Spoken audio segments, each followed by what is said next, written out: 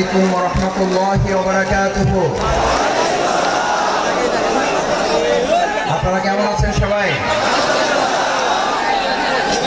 আপনারা ভালো আছেন সবাই? আমরা একবার জোরে সোরে আল্লাহর দরবারে শুকরিয়া আদায় করি। সবাই একসাথে আমরা শুকরিয়া আদায় করব। পারা যাবে ইনশাআল্লাহ? যতদূর মাইকের আওয়াজ যায় সবাই আমরা একসাথে আল্লাহর দরবারে এই জন্য শুকরিয়া আদায় করবো যে আল্লাহ তাআলা আমাদেরকে আজ এই উন্মুক্ত আকাশের নিচে বিশাল এই তাফসীরুল কোরআন মাহফিলে একত্রিত হওয়ার তৌফিক দিয়েছেন। সে আল্লাহ সুবহানাহু ওয়া তাআলার দরবারে আমরা আমাদের হৃদয়ের সবটুকু আবেগ এবং ভালোবাসা উজাড় করে মস্তক অবনত চিত্তে শুকরিয়া আদায় করতে চাই। সবাই পারবেন ইনশাআল্লাহ? আমরা সবাই একবার শুকরিয়া আদায় করে জোরে সোরে আলহামদুলিল্লাহ, আলহামদুলিল্লাহ, আলহামদুলিল্লাহ, আলহামদুলিল্লাহি রাব্বিল আলামিন, ওয়াসসালাতু ওয়াসসালামু আলা রাসূলিহিল কারীম ওয়া আলা আলিহি ওয়া সাহবিহি আজমাইন। আজকের এই বিশাল তাফসীরুল কোরআন মাহফিলের সম্মানিত সভাপতি, আজকের এই মাহফিলের সম্মানিত প্রধান মুফাসসির কোরআন, আন্তর্জাতিক খ্যাতি সম্পন্ন আলেম দ্বীন, বিশিষ্ট ইসলামিক স্কলার, আমাদের অত্যন্ত শ্রদ্ধাভাজন, গোটা বিশ্বের দরবারে যিনি কোরআন এবং ইসলামের আহ্বান অত্যন্ত যৌক্তিকভাবে মানুষের সামনে তুলে ধরছেন, আমাদের আজকের সেই প্রাণপ্রিয় প্রধান আকর্ষণ জনাব মাওলানা ডক্টর মিজানুর রহমান আজহারি। আজকের এই প্রোগ্রামে উপস্থিত সম্মানিত আমন্ত্রিত অন্যান্য উলামায়ে কেরাম, বরেণ্য আলেম দ্বীন, আজকের প্রোগ্রামের সম্মানিত অতিথি বাংলাদেশ জামাত ইসলামী কক্সবাজার জেলা শাখার সংগ্রামী আমির, আজকের এই প্রোগ্রামের অন্যতম অতিথি বাংলাদেশ জামাত ইসলামী আপনাদের অত্র অঞ্চলের প্রাণপ্রিয় মানুষ জনাব আব্দুল্লাহ আল ফারুক, আজকের এই প্রোগ্রামের সম্মানিত আয়োজক আপনাদের সকল প্রাণপ্রিয় ভাই, যিনি এই পুরো প্রোগ্রাম সমন্বয় করার জন্য আপনাদের সামগ্রিক সহযোগিতা এবং আল্লাহর ভালোবাসা নিয়ে সামনের দিকে প্রোগ্রাম এগিয়ে নিয়ে যাচ্ছেন, প্রিয় ভাই নিয়ামতুল্লাহ নিজামী, সম্মানিত উলামায়ে কেরাম, সম্মানিত শিক্ষকবৃন্দ, সমতুল্য মুরব্বিয়ানে কেরাম, আমার সামনে উপস্থিত তরুণ এবং যুবক ভাইয়েরা, মহান আল্লাহর দরবারে শুকরিয়া আদায় করি। নবী মুহাম্মদুর রাসূলুল্লাহ সাল্লাল্লাহু আলাইহি ওয়াসাল্লামের দরবারে দুরূদ পেশ করছি সাল্লাল্লাহু আলাইহি ওয়াসাল্লাম।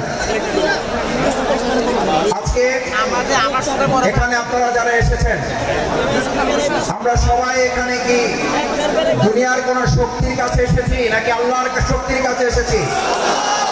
কার কাছে এসেছি? আমাদের এই সমস্ত ব্যবস্থাপনার যিনি সহযোগিতা করেছেন, সেটা কি দুনিয়ার কোন শক্তি নাকি আল্লাহর শক্তি? আমার ভাইয়েরা, হযরত ইব্রাহিম আলাইহিস সালামকে যখন আগুনে পুড়ে পরীক্ষায় উত্তীর্ণ করার জন্য আল্লাহ তাআলা সিদ্ধান্ত নিয়েছিলেন, আপনাদের সকলের মনে থাকার কথা, হযরত ইব্রাহিম আলাইহিস সালামকে আগুনে ফেলানোর জন্য মাসব্যাপী যখন আগুনের কুণ্ডলী তৈরি করা হচ্ছিল, সমস্ত মানুষ শুধু নয়, ফেরেশতাকুল, সমস্ত পশু প্রাণী আল্লাহর দরবারে আহ্বান করেছিলেন, দোয়া করেছিলেন, আল্লাহ এই বিরাট পরীক্ষা থেকে, নির্যাতন, নির্মমতা থেকে হযরত ইব্রাহিম আলাইহিস সালাম আপনার প্রিয় বন্ধু খলিলুল্লাহকে আপনি হেফাজত করুন। আল্লাহ সুবহানাহু ওয়া তাআলা তাকে হেফাজতের জন্য ফেরেশতাগণকে পাঠিয়েছিলেন। আপনাদের সকলের মনে থাকার কথা, হযরত জিবরাইল আমিন ইব্রাহিম আলাইহিস সালামের কাছে গিয়ে আবেদন করেছিলেন, ইব্রাহিম, আমি আল্লাহর পক্ষ থেকে আপনার কাছে এসেছি, যদি আপনার কোনো সহযোগিতার প্রয়োজন হয় তাহলে আপনাকে আমি সহযোগিতা করতে চাই। সম্মানিত মুসলিয়ানে কেরাম, আজ এই কথাটি আমাদের জন্য অত্যন্ত তাৎপর্যপূর্ণ। যদি কেউ মনে করেন পরিস্থিতি ভালো হয়েছে, সেজন্য হয়তো আমরা এই কাজ করতে পারছি। কিন্তু আমরা এই কথাও পরিষ্কার বলি, আমাদের কাছে পরিস্থিতি ভালো হলেও আলহামদুলিল্লাহ, আমাদের কাছে পরিস্থিতি প্রতিকূল হলেও আলহামদুলিল্লাহ, আমরা শত প্রতিকূলতার মধ্যেও দুনিয়ার কোন সহযোগিতার কাছে মাথা নত না করে হযরত ইব্রাহিম আলাইহিস সালাম যেমন জিবরাইল আমিনকে বলেছিলেন, আমার যদি সহযোগিতার প্রয়োজন হয় তাহলে আমি একমাত্র সহযোগিতা গ্রহণ করব মহান আল্লাহ সুবহানাহু ওয়া তাআলা। আল্লাহ সুবহানাহু ওয়া তাআলা ছাড়া আমার কারো সহযোগিতার প্রয়োজন নেই। আজ মুসলিয়ানে কেরাম আপনাদের কাছে জানতে চাই, বাংলাদেশকে যদি কোরআনের দেশ করতে হয়, বাংলাদেশকে যদি ইসলামের দেশ করতে হয়, তার জন্য যদি হযরত ইব্রাহিম আলাইহিস সালামের মতো আমাদের ত্যাগ এবং কোরবানির পরীক্ষায় উত্তীর্ণ হতে হয়, আর তার জন্য যদি সেই অগ্নি পরীক্ষায় আমাদেরকে সহযোগিতার জন্য এক আল্লাহ ছাড়া দুনিয়ার আর কাউকে না পাওয়া যায়, তাহলে আজ এই জনসমুদ্রের কাছে জানতে চাই, আমরা এক আল্লাহ ছাড়া আর কারো সাহায্য কি আমাদের দরকার হবে? আমরা কার সাহায্য চাই? কার সাহায্য চাই? একবার সেই আল্লাহকে আমরা ডাক দিতে চাই। আমরা সবাই আল্লাহকে একবার ডাকতে চাই, আল্লাহ আল্লাহ।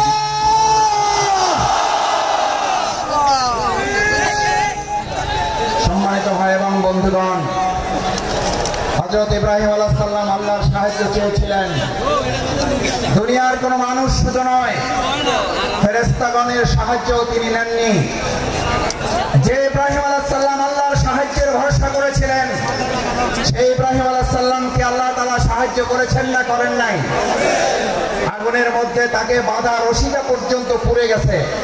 হযরত ইব্রাহিম আলাইহিস সালাম আগুনের স্পর্শ করা তো দূরের কথা, হযরত ইব্রাহিম আলাইহিস সালাম সেই সময় ওই সময়টুকু যা তিনি আগুনের মধ্যে অবস্থান করেছিলেন, সেই সময়টুকুকে বলা হয়ে থাকে তিনি তার জীবনের সবচেয়ে সুখী এবং আরামের জীবন যাপন করেছেন।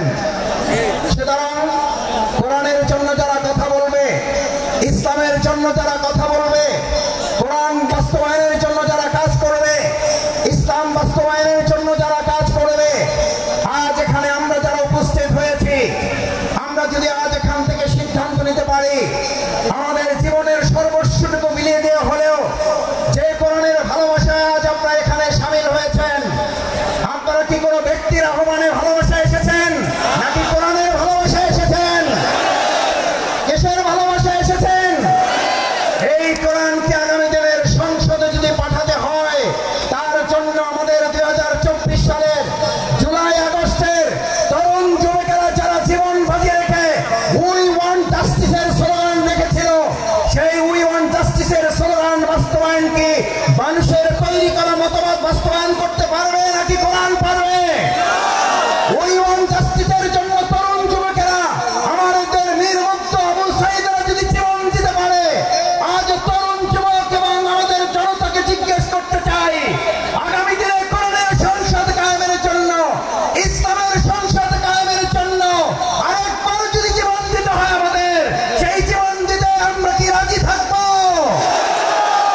আমরা কি রাজি থাকবো?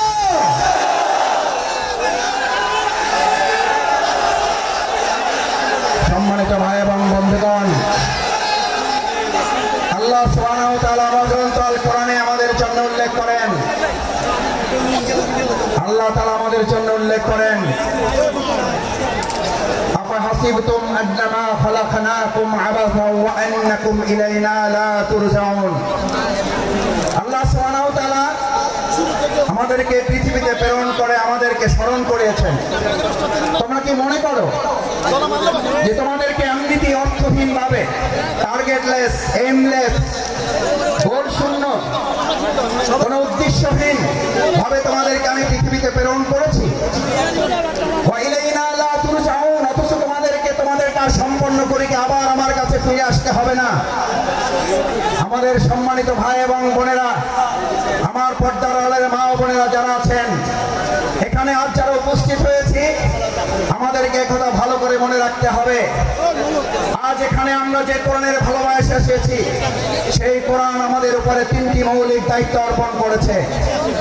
এক, আল্লাহ সুবহানাহু ওয়া তাআলা বলেন, আফাহাসিবতুম আন্নামা খালাকনাকুম আবাসা, আমি তোমাদেরকে অর্থহীন ভাবে পৃথিবীতে সৃষ্টি করি নাই। আমি তোমাদেরকে পৃথিবীতে সৃষ্টি করেছি একটা গুরুত্বপূর্ণ উদ্দেশ্য নিয়ে। সেই উদ্দেশ্য সম্পর্কে আল্লাহ তাআলা পরিষ্কার রোড ম্যাপ ঘোষণা করেছেন। এখন আমাদের দেশের অর্থনীতি সংস্কারের প্রশ্ন উঠছে, আমাদের দেশের রাজনীতি সংস্কারের প্রশ্ন উঠেছে, পররাষ্ট্রনীতি সংস্কারের প্রশ্ন উঠেছে। আমরা আজ সংস্কারের দায়িত্বে যারা আছেন তাদের কাছে আল্লাহ তাআলার সংস্কারের রোড ম্যাপ তুলে দিতে চাই। আল্লাহ তাআলা কোরআনে ঘোষণা করেন, ফাইম্মা ইয়াতিয়ান্নাকুম মিন্নি হুদান, আমি এই পৃথিবীতে মানুষকে প্রেরণ করে তাকে একটা রোড ম্যাপ দিয়ে দিয়েছি। এই রোড ম্যাপের মধ্যে তার রান্নাঘর থেকে শুরু করে তার সংসদ ভবন পরিচালনার পর্যন্ত সমস্ত বর্ণনা উল্লেখ করে দিয়েছে। সুবহানাল্লাহ। আমার ভাইয়েরা, মহাগ্রন্থ আল কোরআনের মধ্যে যে রোড ম্যাপ আল্লাহ উল্লেখ করেছেন, ফামান তাবিআ হুদায়া, যদি এটাকে ফলো করে, যদি এটাকে অনুসরণ করে, যদি এটাকেও মেনে চলে, তাহলে আল্লাহ ঘোষণা দিচ্ছেন, কোন প্রধানমন্ত্রী না, কোন প্রধান উপদেষ্টা না, কোন উপদেষ্টা বৃন্দগণ নন, কোন জাতিসংঘের মহাসচিব নন, এক আল্লাহ সুবহানাহু ওয়া তাআলা ঘোষণা দিয়েছেন, ফামান তাবিআ হুদায়া, তাহলে তোমরা রোড ম্যাপের আসল রাস্তা খুঁজে পাবে। আমরা আজ বাংলাদেশের বর্তমান দায়িত্বে যারা আছেন তাদের কাছে মহাগ্রন্থ আল কোরআনের আহ্বান পৌঁছে দিয়ে বলতে চাই, বাংলাদেশকে যদি যথাযথ সংস্কারের মাধ্যমে তার আসল রোড ম্যাপে পরিচালনা করতে হয়, তাহলে মহাগ্রন্থ আল কোরআনের আইন দিয়ে ছাড়া মানুষের তৈরি করা কোনো চিন্তা তন্ত্র মতবাদ দিয়ে পূর্ণ সংস্কার করা সম্ভব হবে না। ভাই এবং বন্ধুগণ, আল্লাহ তাআলা বলেন, যদি এটাকে ফলো করো হুদায়া, তাহলে সঠিক পথ পাবে। আচ্ছা, আপনাদের কাছে জিজ্ঞেস করি, যদি কোরআন অনুসরণ করার মধ্যে দিয়ে সঠিক পথ পাওয়ার কথা বলা হয়, তাহলে আমাদের কাছে কি এই প্রশ্ন ওঠা স্বাভাবিক নয় যে কোরআন বাদ দিয়ে যে কোনো পথ অবলম্বন করলে ওটা সঠিক নয়, ওটা গোমরাহের পথ? কোরআন যদি আল্লাহর পথ হয়, তাহলে কোরআনের বাইরে যা মত আছে, পথ আছে, সমস্ত মত এবং পথ ইবলিসের পথ। ইমানদাররা কখনো কোরআনের পথ, আল্লাহর পথ বা ইবলিসের পথে হাঁটতে পারে না। আজ আমাদের এই কোরআন দায়িত্ব দিয়েছে, ফামান তাবিআ হুদা, তাহলে তোমরা সঠিক পথ পাবে, আসল পথ পাবে। আমাদের এই প্রিয় মাতৃভূমি বাংলাদেশ স্বাধীন হওয়ার 53 বছর পার হলেও আমরা কি অর্থনৈতিক মুক্তি পেয়েছি ভাইয়েরা? আমরা কি সাংস্কৃতিক মুক্তি পেয়েছি? আমরা কি রাজনৈতিক মুক্তি পেয়েছি? এই সকল মুক্তি আমাদের যদি পেতে হয়, তাহলে আমাদের মানুষের তৈরি করা মতবাদের দিকে নাকি কোরআনের দিকে ফিরতে হবে? আমাদের গ্রামে, আপনাদের গ্রামে আমরা সবাই একটা কথা বলি, সোজাতে হবেন, মরার আগে হবেন না। কখন হবেন? কখন হবেন? কাপড় দিয়ে যখন পায়ের কাছে একজন ধরে আর মাথার কাছে একজন ধরে, দুই দিকে দুইজন ধরে আর টানে, বলে যে আরো সোজা করো, আরো টাইট করো। ভাইয়েরা, মরার পরেই যদি আমাদের সোজা হতে হয়, চোখে যদি দেখতে পাই যে আমরা সোজা হচ্ছি এবং আমার সন্তানরা আমাকে টাইট করে বেঁধে সোজা করছে, আজ আমার সমস্ত বেকুয়াবাসী বাংলাদেশের প্রান্ত থেকে যারা এখানে এসেছেন, আমরা আহ্বান জানাই, আসুন, মরার পরে যদি সোজা আমাদের হতে হয়, তাহলে জীবিত থাকতেই আমরা সোজা হয়ে আমাদের বাংলাদেশকেও সোজা পথে পরিচালনার জন্য আর কোন মত এবং পথ নয়, কোরআনের পথেই বাংলাদেশকে আমরা সোজা করে পরিচালনা করবো ইনশাআল্লাহ। দ্বিতীয় যে দায়িত্ব আল্লাহ তাআলা আমাদেরকে দিয়েছেন, ফামান তাবিআ হুদায়া ফালা খাউফুন, কোন ভয় নেই তোমাদের। আমার ভাইয়েরা, আমাদেরকে ভয় দেখিয়েছিলেন, আমাদেরকে ভয় দেখিয়ে আমাদের আজকের প্রধান মুফাসসির মাওলানা ডক্টর মিজানুর রহমান আজারীকে দেশ ছাড়তে বাধ্য করেছিলেন। আজ এসে দেখে যান, আপনি নেই, আমাদের ডক্টর মাওলানা মিজানুর রহমান শুধু নেই, তার লক্ষ লক্ষ ভালোবাসার মানুষেরা পেকুয়া শুধু নয়, গোটা বাংলাদেশে আজ আলো ছড়িয়ে দিয়েছে। আপনারা